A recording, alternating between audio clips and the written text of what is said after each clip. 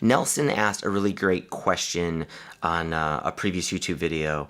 I'd like to know if Draft was made with Rails, and if so, why Rails? My father has been really good at building things. You know, growing up, he built the fence around our yard. He built parts of our house. He built an entire basement for us. One thing I always noticed about my father, though, is he never really replaced his tools. He had a lot of old tools, from saws to hammers to everything, with stuff that he's collected and has had for a while, and he got really good with these things. But if you go to Home Depot today, there's a lot of new innovations in saws and new tool technology. But still, he sticks with the old stuff, the stuff that he was really good at and fast with. A friend of mine, Adrian Holovati, he makes a product called SoundSlice. It blows your mind when you see this thing, what he does inside a web app, controlling sound and music and sheet music, all inside this thing that just works on the web. It's nuts. The funny thing about SoundSlice, there's no fancy frameworks involved. I mean, it uses Django, but the client-side stuff,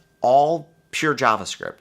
And he did it because he knows these tools really well. He knows Django really well. He helped write the thing. He knows plain old JavaScript really well because he's been working with it for years. So I think a big reason he hasn't jumped to some of these new frameworks is the time he could spend knowing them or learning them, he can just use to build another feature in SoundSlice. He can use selling SoundSlice. Now he's turned SoundSlice into a profitable business. It hires people, it supports him, and he doesn't get bogged down by just learning and learning and learning the brand new thing. I think we as builders get attracted to the new innovations at Home Depot. You know, like there's that new thing that we really want to learn because we think it's going to make our life better.